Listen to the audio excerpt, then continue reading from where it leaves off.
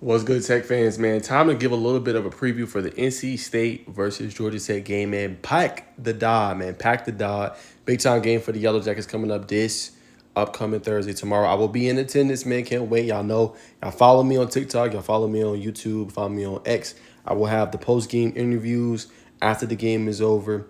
I'll definitely have, obviously, my instant reaction as well and get my thoughts on the game. But lot to talk about in this one. How healthy will Haynes King be in this one? Obviously, he's going to be the starter going into this matchup, or will it be a 2 QB system? I talked about that as well in one of my videos. But it's going to be crucial to kind of see what his health is. But he showed that he could be a bell cow. 20 carries last game, 90-plus yards rushing, and a touchdown. So he showed that he can win in a whole bunch of ways. And one thing that you cannot, one of those intangible things that you cannot always have in people, and that's the toughness. It's grit. That's what this kid has, man. He's super special. I think he's going to be back for another year with Georgia Tech. Redshirt Jr. likely to be back. Aaron Fowler showed you, though, you do got the QB of the future potentially, but we'll see. We'll talk about that another time. But going for 7 wins, man. Looking to go undefeated at home for the first time in a long time for Georgia Tech. I think it goes back all the way back to the 1900s. I'm thinking like the 50s or 60s. So big time game, allowing the line. They're looking to clinch, I think, back-to-back winning seasons for the first time since 2013 and 2014. So allowing the line. All right, now when breaking down this matchup, obviously I wrote this on SI, but C.J. Bailey is going to be one to watch, as true freshman. He's been up and down this year. Best game came against Stanford, 18 for 20 in that game. He threw for like over close to like 230-plus yards. 3 touchdowns in that one, had a 98.4 QBR. He was electric in that one. Ended up being the highest graded freshman by PFF, earning a grade of 90.7, as you can see here. Next player, Justin Jolly's been having a good year. Tight ends have kind of been an issue for Georgia Tech when you look at some of their struggles with good teams, right? You look at the Syracuse's, look a little bit at, obviously, the Louisville's. Some of these marquee tight ends, they struggle with Isaac Arroyo, or Elijah Arroyo, I should say, from Miami. First play of the game, on the drive from Miami, he goes and takes the 60 yards to the house. So that's been a little bit of a weakness. So that's going to be one to watch for him. Not really gaudy numbers. Best came was like 4 catches, 95 yards, no touchdowns, but that's going to be one to watch for Georgia Tech, especially. And then the other is going to be Kevin Concepcion. He's been seeing less and less time less and less touches as the season's kind of wore on. He's probably going to likely be a transfer portal guy. Came in as a true freshman, played a lot of time, finished with actually a freshman record, 10 touchdowns in NC State history.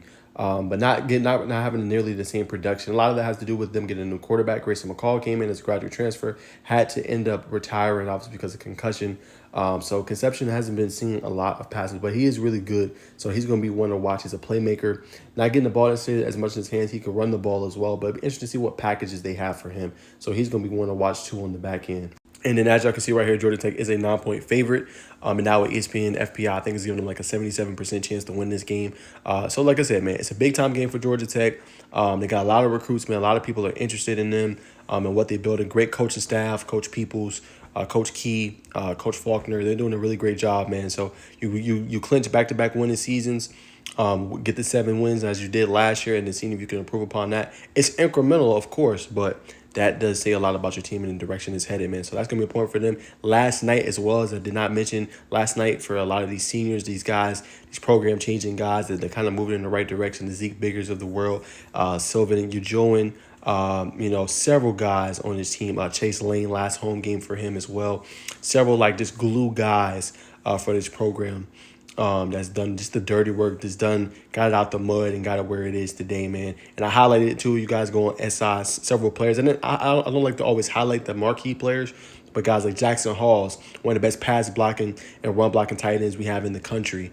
Really grades really high on Pro Football Focus, right? Had another big game against Miami. Just does the dirty work. He doesn't have gaudy numbers. I think 10 catches, 122 yards, but does everything you need him to do in the passing game. And remember, Georgia Tech gives up the least amount of sacks that we have in the country. I think at only 4 so far this season. So they've been protecting Haynes King and whatever quarterback's been there, Pyron or Philo, doing a really great job with that as well. And I also highlighted, obviously, Warren Burrell. He didn't play in the last one, but he's really good lockdown cover corner.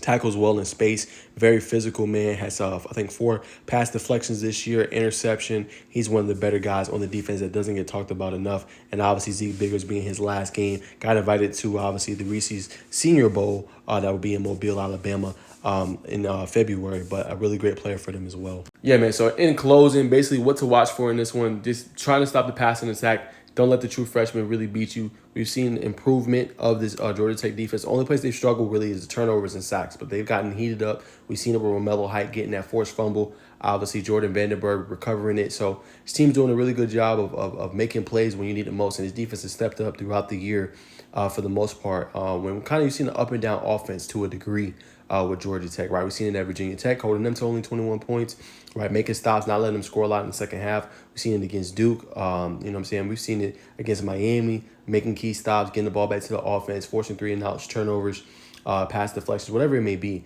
This defense is a winning defense, and you're seeing that for the Yellow Jackets this season. So as long as the defense can keep everything in front of them, pressure that quarterback, man, make him feel uncomfortable, force him into some mistakes, you know what I'm saying, and things like that, you got to feel good. This is not a running team they're going to face, even though they're very improved running game. They're going to want to air this ball out with C.J. Bailey and let him kind of cook that way. Offensively, man, it starts with running the ball. Did y'all know when Georgia Tech rushes for over, I think they're averaging, in the 6 wins, they're averaging over like 250-plus yards rushing. Whenever they hit that mark, man, they basically are unbeatable.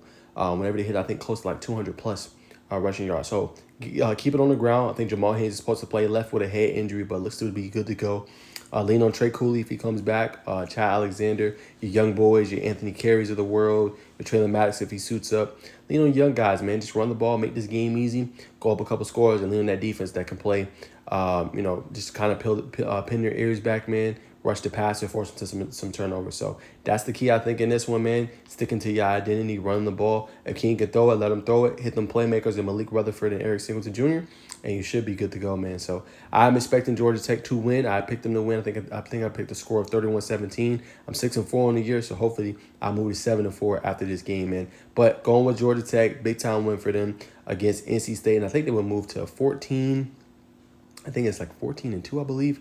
But it's a lot. This is it's a lot to a little all time. They are definitely dominating this series, man. So that's my prediction. That's my analysis. That's what to watch for, man. I will see y'all tomorrow, man. Y'all make sure y'all follow me on Twitter.